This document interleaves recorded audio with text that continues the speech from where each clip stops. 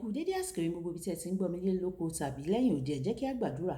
Baba aláàánú, olùfẹ́, olùrànlọ́wọ́, olùgbésókè, olùgbédìde àti olùràpadà wa, àṣẹyìn lọ́ba fún àánú àti ojú rere tí a rí gbà láti tún rí ọjọ́bọ̀ mìíràn nínú oṣù ìkọkànlá. Àṣẹyìn lọ́ba ọlọ́run àánú wa, aláàbò wa, olùpamọ́ wa. A fi ògo fún orúkọ yín o, tí ẹ kò jẹ́ kílẹ̀ kí ó gbé wa mì. Ẹ sì fún wa ní oore ọ̀fẹ́ láti wà lórí erùpẹ̀. Ògo ni fún orúkọ yín. Ọ̀rọ̀ tí a gbé yẹ̀wò lónìí kó ṣe ayé àti ọkàn wa ní rere àti èyí tí ó kù nínú ọdún yìí. Ire, ayọ̀, ìbùkún, àṣeyọrí, ìtẹ̀síwájú àti ìgbéga kí ó bọ̀ wá fún wa ní orúkọ Jésù. Kí ó ṣe àgbàdúrà lórúkọ Jésù Kristi Olúwa wa. Àmín orúkọ Jésù. Ìwé ọ̀run ṣíṣí tí a ti ọwọ́ olùṣọ́ àgùntàn yín náà kọ Adéjàre Adébóyè kọ. Èní ọjọ́bọ̀ ọjọ́ 14 oṣù kọkànlá. Àkòrí tí a ó gbé yẹ̀wò sọ wípé Bíbélì akọ tàbí abo àti ìbálòpọ̀ apá kìíní. A mú àkọ́sórí wa nínú ìwé Genesis orí ìkíní ẹsẹ̀ ìkẹtàdínlọ́gbọ̀n.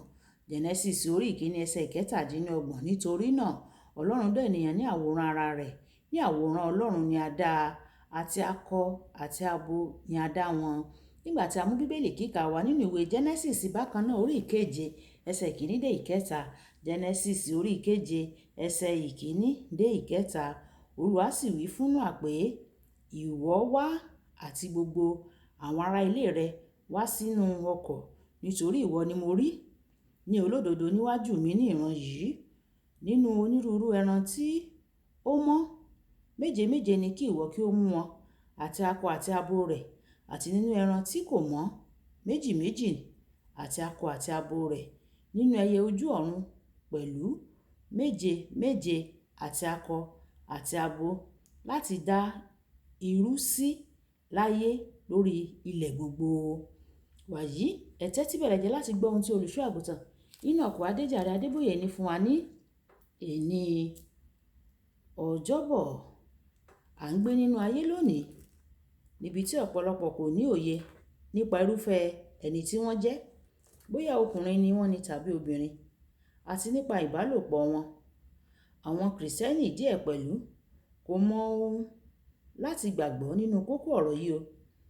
Ní àwọn ọjọ́ díẹ̀ tí ń bọ̀, èmi yóò máa wádìí jinlẹ̀ láti inú ìwé mímọ́ láti ṣàlàyé òtítọ́ nípa akọ àti abo àti ìbálòpọ̀. Lákọ̀ọ́kọ́, èmi yóò fẹ́ láti fi ìdí rẹ̀ múlẹ̀ pé Ọlọ́run dá ènìyàn ní àwòrán ara rẹ̀, ó sì dá wọn ní akọ àti abo. Ìwé Genesis orí ìkíní ẹsẹ̀ ìkẹtàdínlọ́gbọ̀n.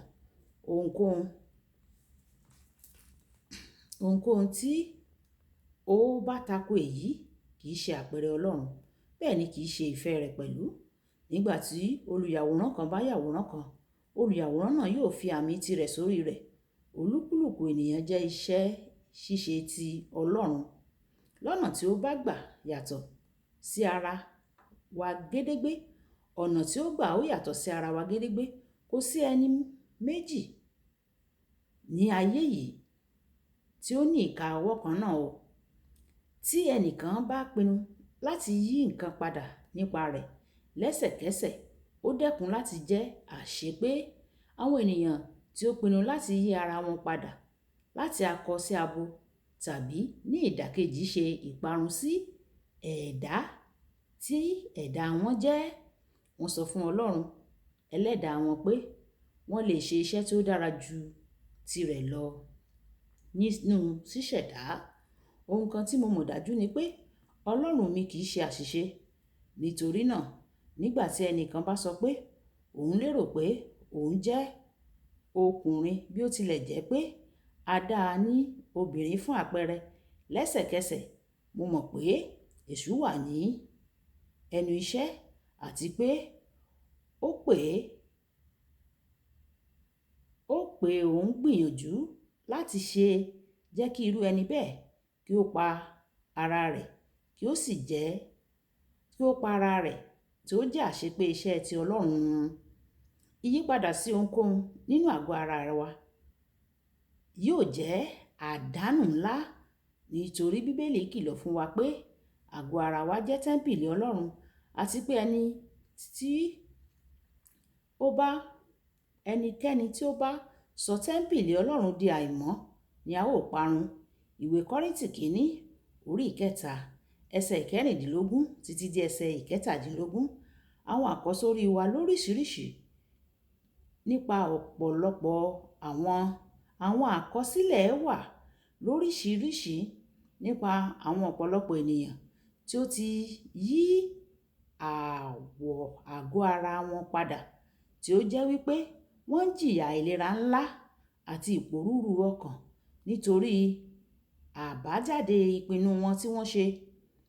Ènìyàn kò lè fọwọ́ kan iṣẹ́ àṣepé Ọlọ́run kí ó sì má jìyà àbájáde rẹ̀ bí kò bá ronú pìwàdà. Wọ́n mú ọ̀kan lára àwọn oníwàásù wa torí pé ó sọ̀rọ̀ sí àwùjọ àwọn ènìyàn kan pé, ẹ̀yin ọ̀dọ́mọbìnrin àti ọ̀dọ́mọkùnrin. Wọ́n wí fún un pé kì í ṣe gbogbo wa ni ọ̀dọ́mọkùnrin àti ọ̀dọ́mọbìnrin. Nígbà tí mo gbọ́ èyí, ó yà mí lẹ́nu. Mo sì béèrè wípé irú ènìyàn mélòó ni Ọlọ́run dá? Ara jẹ́ tẹ́ḿpìlì Ọlọ́run. Èyíkéyìí ìmọ̀ràn láti yí padà sì jẹ́ láti ọ̀dọ̀ èṣù o. Bí o kò bá mọ irú ẹni tí o jẹ́, súnmọ́ Ọlọ́run, kẹ́kọ̀ọ́ Bíbélì kí o sì gbàdúrà kíkankíkan ju ti ìgbàkígbà rí lọ. Bákan náà, bá Kristẹni agbaninímọ̀ràn kan sọ̀rọ̀ tó ti di ipò Ọlọ́run mú ṣinṣin nípa irú ẹni tí ó jẹ́ o.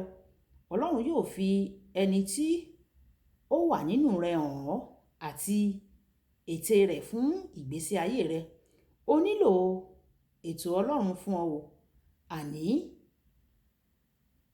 kí a tó dá ọ nínú ìyá rẹ ni Ọlọ́run ti ní ètò fún ayé rẹ.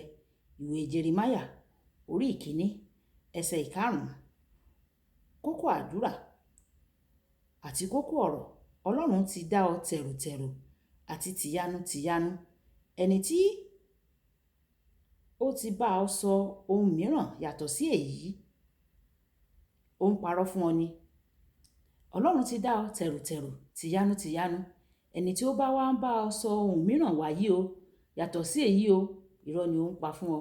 Ẹja sọ pé bàbá mi, fún mi ní oore ọ̀fẹ́ àti àwọn tí kò tíì mọ irú ènìyàn tí wọ́n jẹ́ láti mọ irú ènìyàn tí wọ́n jẹ́, kí o sì fi ara rẹ hàn wọ́n. Ọlọ́run yóò sì ṣe fún wa ní orúkọ Jésù. Olúwabùkọ́lá Ayako ní orúkọ mi. Ẹ máa like, ẹ máa share, ẹ máa comment nípa ìkẹ́ àwọn ènìyàn kí wọ́n lè jẹ àǹfààní Oorun Ṣíṣí Yorùbá. Ó dàbọ̀.